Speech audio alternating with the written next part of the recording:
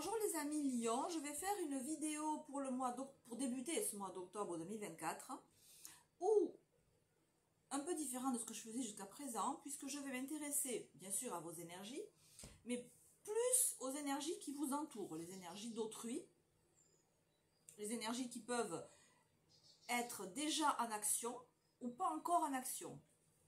J'ai appelé la vidéo qu'est-ce qui se passe dans le champ quantique. Alors je m'explique, je prends un exemple, dans la tradition bouddhiste, derrière moi vous avez le Bouddha de la médecine, on parle du monde manifesté et du monde non manifesté. Dans la tradition chrétienne, on va parler du monde de la réalité et de la vérité. Donc il y a un monde qui est ce qu'on voit, ce qu'on touche, qui est le monde du manifesté. Et puis il y a ce qu'on ne voit pas, du domaine de l'énergétique, qui est potentiellement, qui va potentiellement produire un effet, comme une graine si vous voulez, mais ça serait une graine immatérielle.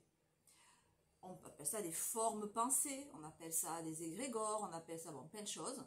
Ça peut venir soit de soi-même, de ses projections mentales, soit des projections mentales d'autrui. Donc c'est ce parti pris-là que j'adopte pour ce tirage. Je vais utiliser l'oracle du Feng Shui pour ce faire. Et je vais me baser bien sûr sur l'arcane 21. Donc si vous avez en Lion, votre lune, votre soleil, votre ascendant, ou bien votre Vénus natale, ce tirage peut vous concerner. La carte du monde représente un être humain qui a atteint son plein potentiel dans les 4 secteurs, dans les 4 sphères, que sont l'émotionnel, représenté par l'ange, que sont l'émotionnel, représenté par l'ange, le mental par l'aigle, la création ou la procréation par le lion, la vie physique par le buffle. Donc, on va voir quelles sont donc, vos énergies, mais surtout celles qui sont autour de vous, palpables ou non palpables, manifestées ou pas. Donc, dans la sphère plexus cardiaque, mes émotions, mon ressenti, on a le printemps. Dans la sphère du mental, le cerveau, je réfléchis, entre ciel et terre. Okay. Dans la sphère du lion, chez vous, donc votre sphère à vous, les instincts, on a le blanc. Et dans la sphère du buffle, mon corps physique, mon activité quotidienne, waouh, le métal, ça travaille. Hein. Là, ça travaille. Ok. Alors,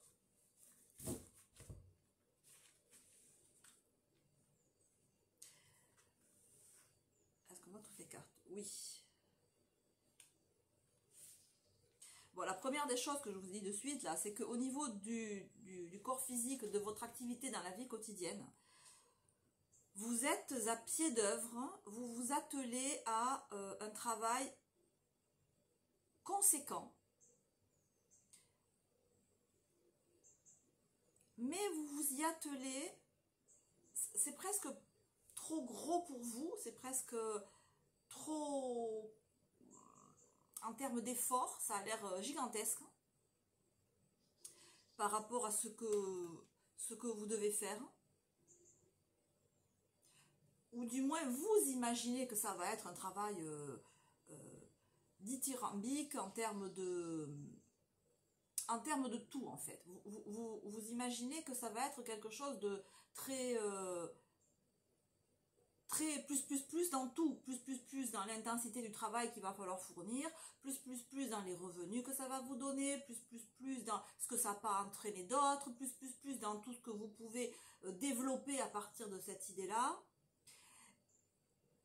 Et donc on a l'élément du métal, libère les émotions. Il y a un gros investissement émotionnel dans votre vie quotidienne là. Donc soit que vous avez commencé un nouveau travail, soit que vous avez un projet en tête. Enfin, il est plus qu'en tête là, il est déjà en action. Sur lequel vous fondez de gros espoirs. Vous fondez de gros espoirs. C'est très investi émotionnellement. Vous vous projetez énormément. vous faites déjà, vous avez déjà commencé à travailler, à faire cette activité-là, et vraiment vous avez, vous tirez des plans sur la comète. Et autour de vous, l'énergie qui se dégage, c'est que la réalité va être beaucoup plus grinçante, j'allais dire, que ce que vous imaginez. Quand je dis vous tirez des plans sur la comète, ça veut dire que vous vous faites une idée peut-être trop haute, trop belle, trop bonne, trop productive, trop tout de la situation. Mais avec cette idée que c'est un peu tout ou rien. C'est un peu cette idée que vous êtes au bord du précipice, c'est-à-dire que ou je fais ça, ou je fais rien. C'est ça où il y a une idée d'extrême, d'excessif.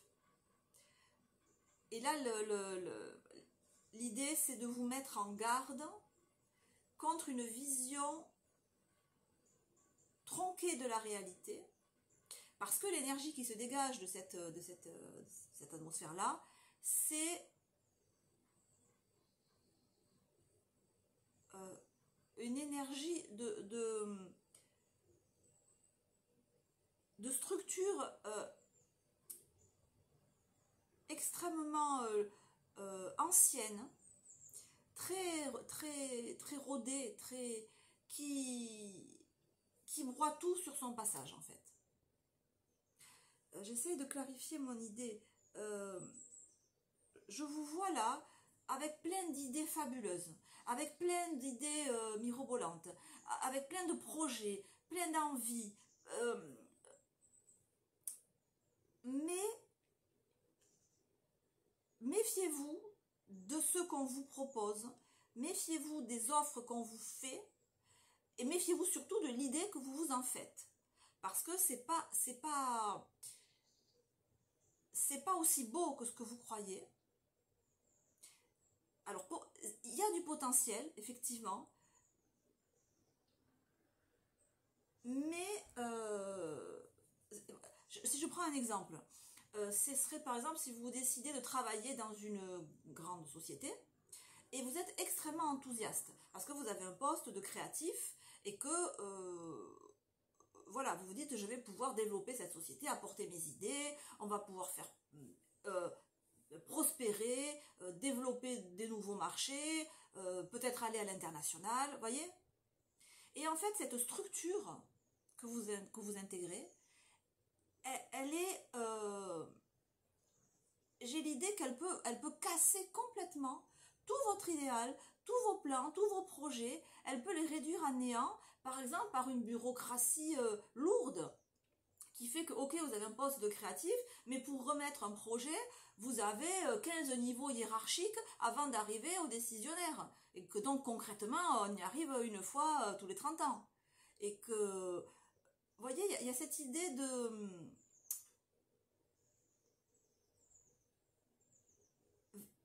Vérifiez bien que ce dans quoi vous mettez le doigt n'est pas cet engrenage qu'on voit là. Et que vous allez... et que ça va écrabouiller vos rêves en fait et votre volonté d'avancer, de progresser. Donc méfiez-vous de ça, méfiez-vous de cette énergie-là, parce qu'encore une fois, j'ai cette idée de tirer des plans sur la comète. Donc surtout de conserver cet esprit d'initiative et de vouloir progresser, de vouloir grandir, qui est votre ADN. Veillez bien à le conserver et ne pas vous laisser happer par des projets ou des propositions qui seraient à terme trop lourdes, que vous ne pourriez pas changer, ou votre instinct de survie, j'allais dire, ou votre volonté de progresser, votre volonté d'expansion ne pourrait pas du tout s'exprimer, mais pas du tout. Et dans la sphère du mental, On a entre ciel et terre. Médite sur le sens de ta vie. Me fait dire que vous avez une idée en tête, un point précis en tête, précis. Mais que ce point précis là, qui est vraiment en rapport avec ça, il n'est pas super positif. Que la proposition qu'on a pu vous faire, elle n'est pas super positive. Que le projet que vous avez, l'idée que vous avez, il faut la revoir.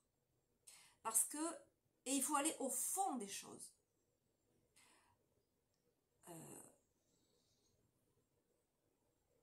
Le conseil là, c'est vraiment d'aller au fond des choses, et parce que l'apparence peut être trompeuse. Soit l'apparence est carrément trompeuse, on vous fait des propositions, des promesses, des machins qu'on ne tient pas. Soit vous êtes comme hypnotisé, enfin leurré par l'aspect extérieur ou les conditions extérieures du truc, et vous passez à côté du point central qui lui ne me paraît pas être positif pour vous. Et la difficulté au niveau du mental, c'est que j'ai l'impression que vous prenez cette décision seul ou seul, que vous auriez intérêt à prendre la vie, à vous entourer de la vie de personnes autour de vous, de personnes compétentes en la matière. Parce que là, je n'ai pas l'impression que vous ayez pris beaucoup de conseils, que vous ayez même demandé des conseils, des avis, j'en sens pas plus que ça. En tout cas, là, je m'adresse à des personnes qui n'ont pas, voilà, qui sont parties sur une idée. Alors, vous avez creusé cette idée, ok, vous l'avez creusée, mais vous n'avez pas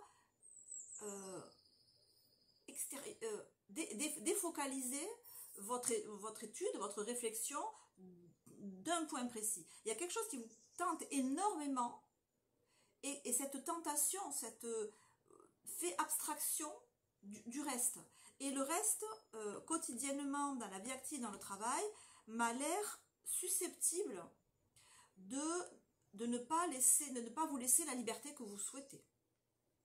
Donc, attention, prudence, et je redéfinis, je réapprofondis, je demande conseil. Au niveau matériel, professionnel, intellectuel. Alors, au niveau, même idée, au niveau de la sphère création-procréation, on a la couleur blanche qui dit la lumière est ton guide. C'est la même idée. Vous avez un désir très, très beau, très fort de faire progresser quelque chose, votre qualité de vie,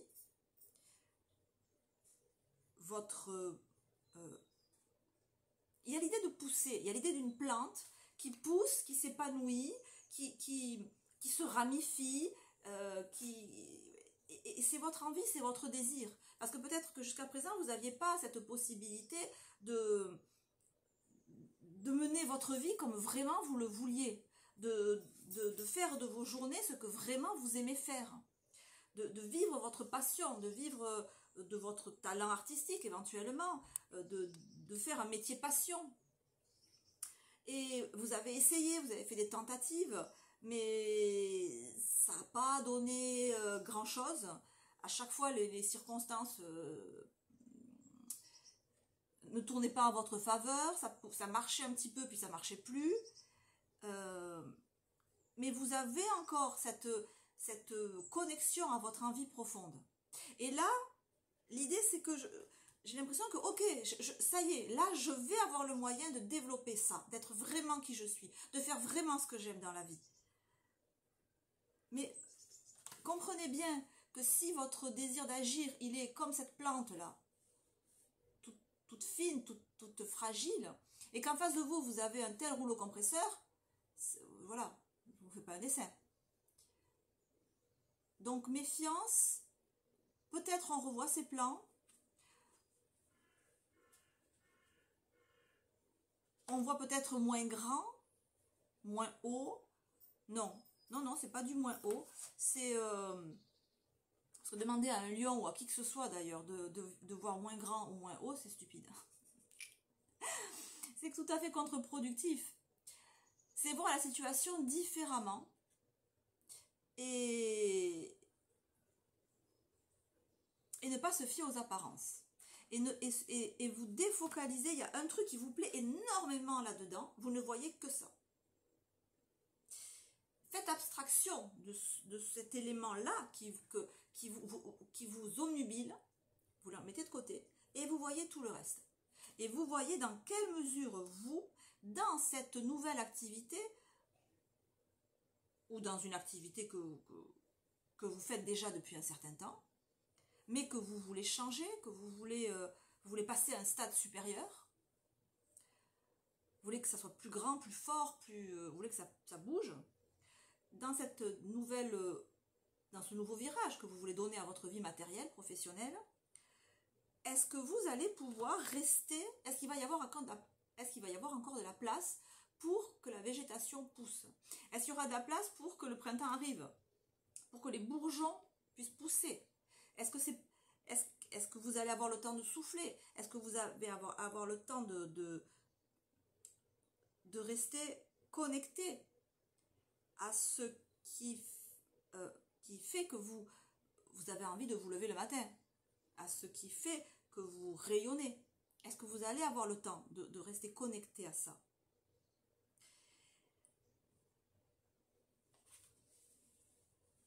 Et au niveau du mental, de l'ange, donc de la sphère émotionnelle, on a le printemps qui dit retrouve l'enthousiasme de la vie. Elle est très belle cette carte.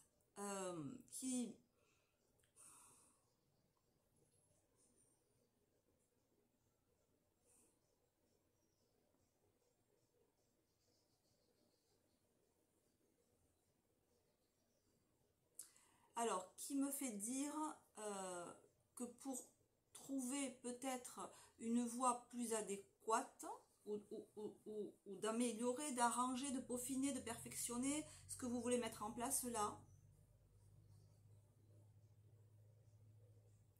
il serait bon d'y introduire une notion de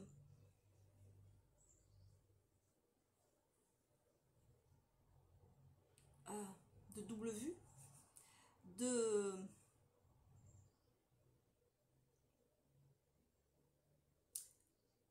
comme si on vous demandait d'imaginer l'inimaginable, comme si on vous demandait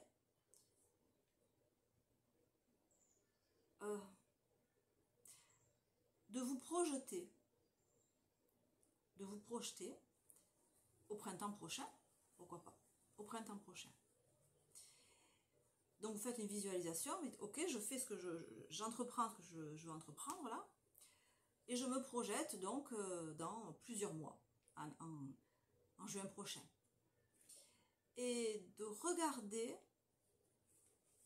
de vous visualiser, de vous vivre dans cette situation, mais de vous vivre dans cette situation d'en haut, de vous vivre, pas de vous vivre en tant qu'acteur, mais de vous vivre en tant que réalisateur, de vous regarder de l'extérieur. Bon ben voilà, qu'est-ce que je vais faire? Comment je serai?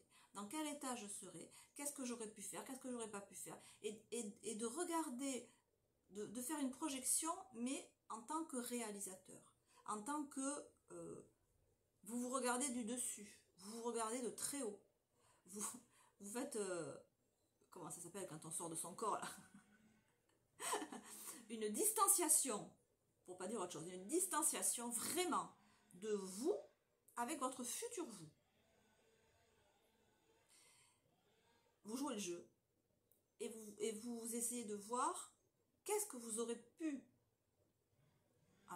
au printemps prochain sauver de votre côté juvénile, de votre côté printanier, de votre côté jeunesse d'esprit, de votre côté spontanéité. Qu'est-ce que vous aurez sauvé en juin?